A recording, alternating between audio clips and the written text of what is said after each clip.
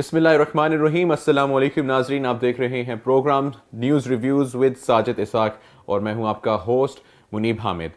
Donald Trump نے کہا ہے کہ پاکستان کو پتہ ہے کہ اس نے کیا کرنا ہے. ساجد صاحب, پاکستان نے کیا کرنا ہے؟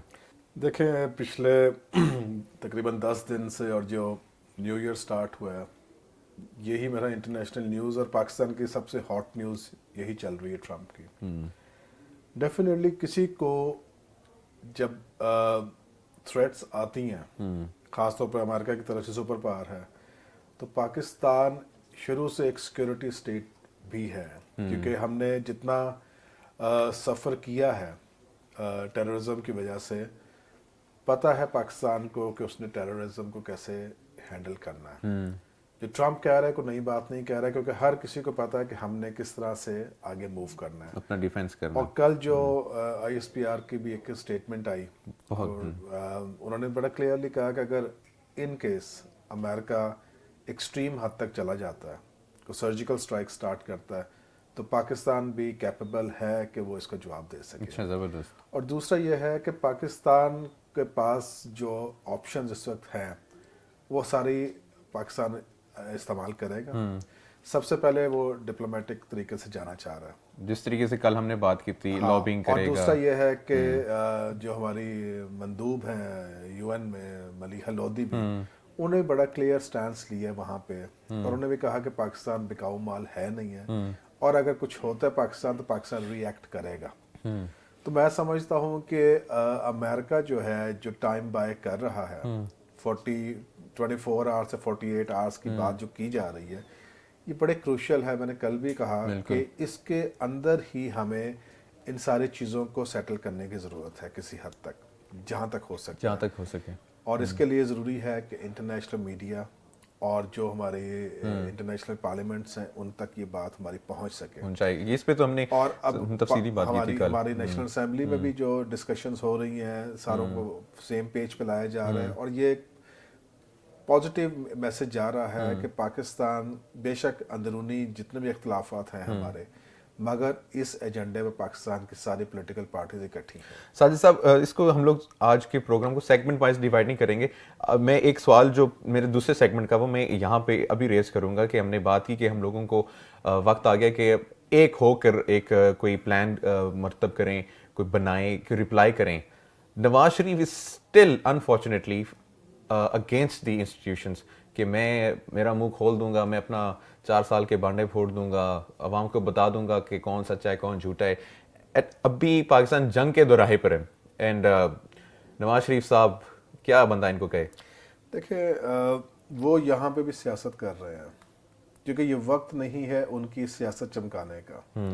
کیونکہ یہ جو کل سے اسٹیٹمنٹس چل رہی ہیں ان کی, کل کی پریس کانفرنس کے بعد کہ میں بیان کروں گا, سب کچھ بتا دوں گا, تو کس کے بارے میں بتا دیں گے؟ وہ کس کے بارے میں بتائیں, کیوں نہیں بتاتے؟ حکومت تو ان کی اپنی ہے, اپوزیشن بھی خود ہی کر رہے ہیں, تو بتائیں گے کس کے بارے میں؟ اور اگر بتاتے ہیں تو میں سمجھتا ہوں کہ ان کو ایک دفعہ یہ بھی کر لینا چاہیے, کیونکہ نظر آ جائے گا قوم کو کہ دشمن کون ہے پاکستان کا. بالکل, کیونکہ جو ابھی حالت جنگ میں ہیں ہم, یہ وقت ہے کہ ہم اپنی ساری ڈفرینسز کو سائڈ پر رکھ کر پاکستان کو سب سے آگے رکھیں.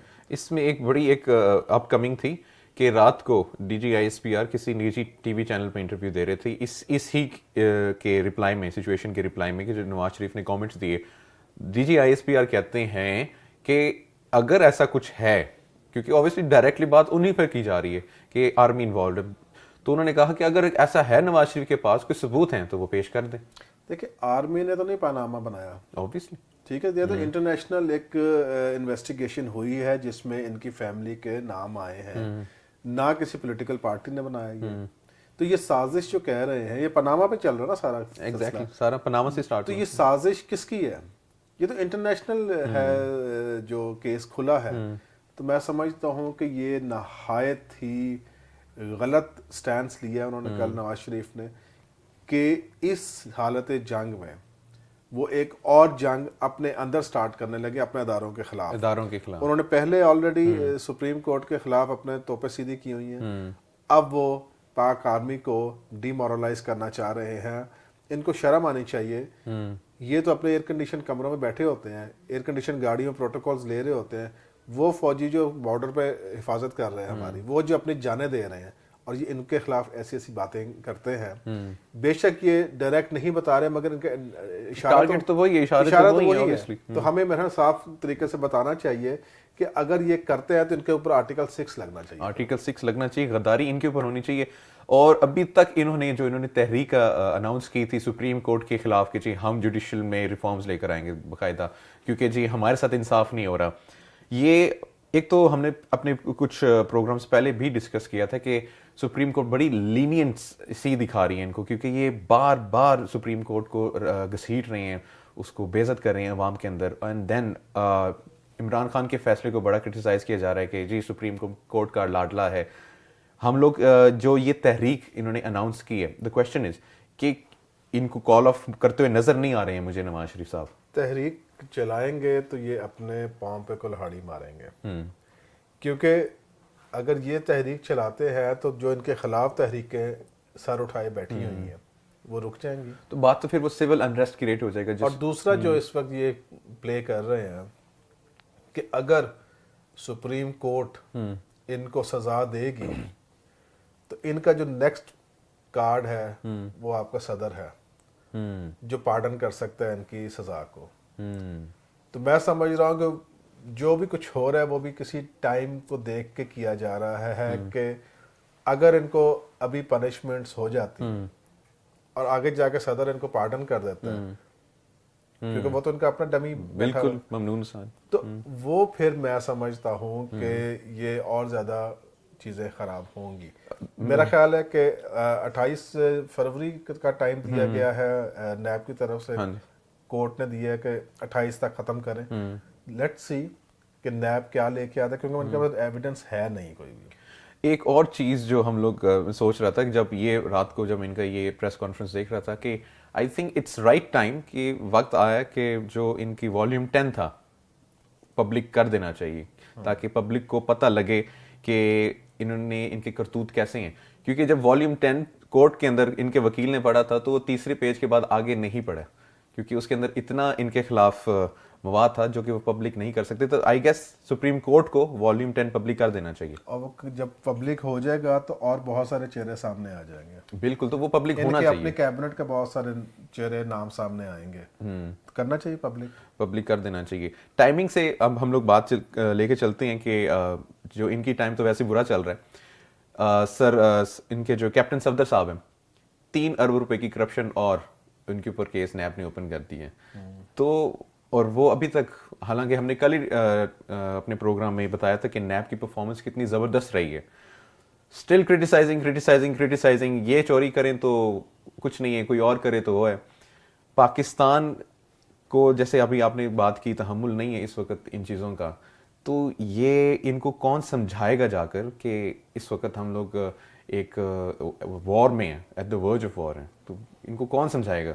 دیکھیں صفدر صاحب کا تو میں سمجھتا ہوں ان کا بھی ذہنی توازن تھوڑا سا خراب ہے, بگڑا ہوا ہے, کیونکہ جس طرح سے وہ بیانات دیتے ہیں اور جس طرح سے یہ جو کرپٹ ہیں لوگ پھر بعد میں مذہب کا سہارا لینا شروع کر دیتے ہیں. انہوں نے بھی کوشش کی تھی مذہب کا سہارا لینے کی, مگر آپ صرف یہ دیکھیے کہ جس کسی کو اٹھا کے دیکھا جا رہا ہے شریف فیملی میں, سب کے کوئی نہ کوئی چٹھے پٹھے کھل رہے ہیں. تو اب میرا خیال ہے کہ یہ مورلی اپنا جواز کھو بیٹھے ہیں. یہ جو سٹیٹمنٹس دے رہے ہیں کہ ایسے ہے تو ویسے, تو ان کا تو کوئی جواز بنتا نہیں ہے. اور میں سمجھتا ہوں کہ اس وقت سپریم کورٹ کو ایکشن لینا چاہیے, ان کی سپیچ بند کرنی چاہیے, کیونکہ یہ ہیٹ سپیچز دے رہے ہیں. ایک پارٹی کا صدر جو کراچی میں پارٹی ہے, جو لندن میں بیٹھ کر آپریٹ کرتے تھے, ان کو بھی روکا اس لیے گیا تھا کہ وہ ہیٹ سپیچز کرتے تھے, اداروں کے خلاف ہیٹ سپیچز کرتے. میں سمجھتا ہوں پریسیڈنٹس پہلے سے سیٹ ہے, تو ہمارے کورٹس کو چاہیے کہ ان کے سپیچ کرنے پہ, کیمپین چلانے پہ پابندی لگائی جائے, تاکہ یہ میڈیا کے ذریعے یا ادروائز میس موبلائزیشن میں لوگوں کے ذہن خراب کر رہے ہیں, اداروں کے خلاف کر رہے ہیں, اور دشمن اس سے شے حاصل کر رہا ہے. پاکستان سے دشمنی کا اظہار انہوں نے کیا، لیکن اس کے اوپر خرم دستگیر کا ایک بڑا ہی کوئی کیسے بیان ہے ان لوگوں کا، بڑا عجیب بیان آیا. اس کے اوپر ہم ڈسکس کریں گے ایک بریک کے بعد.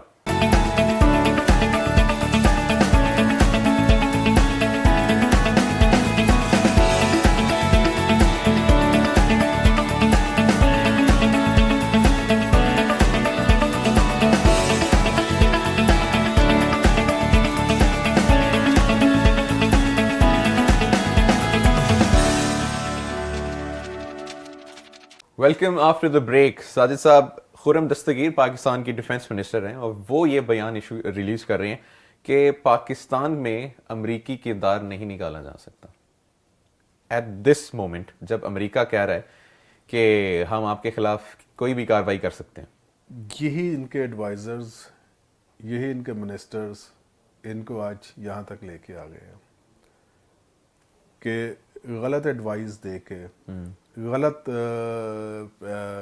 کیا کہیں گے اس کو، ازمپشنز کر کے، اسپیکولیشنز کر کے یہاں تک پہنچے ہیں. میں سمجھتا اس وقت پاکستان کو جو مسئلے مسائل ہیں، ہمیں جو ان پوزیشنز پہ بیٹھے ہوئے ہیں ان کو بہت کیئرفل ہونے کی ضرورت ہے، کیونکہ امریکہ کا کردار شروع سے رہا ہے یہاں پہ. اور دوسری بات یہ ہے کہ پاکستان جس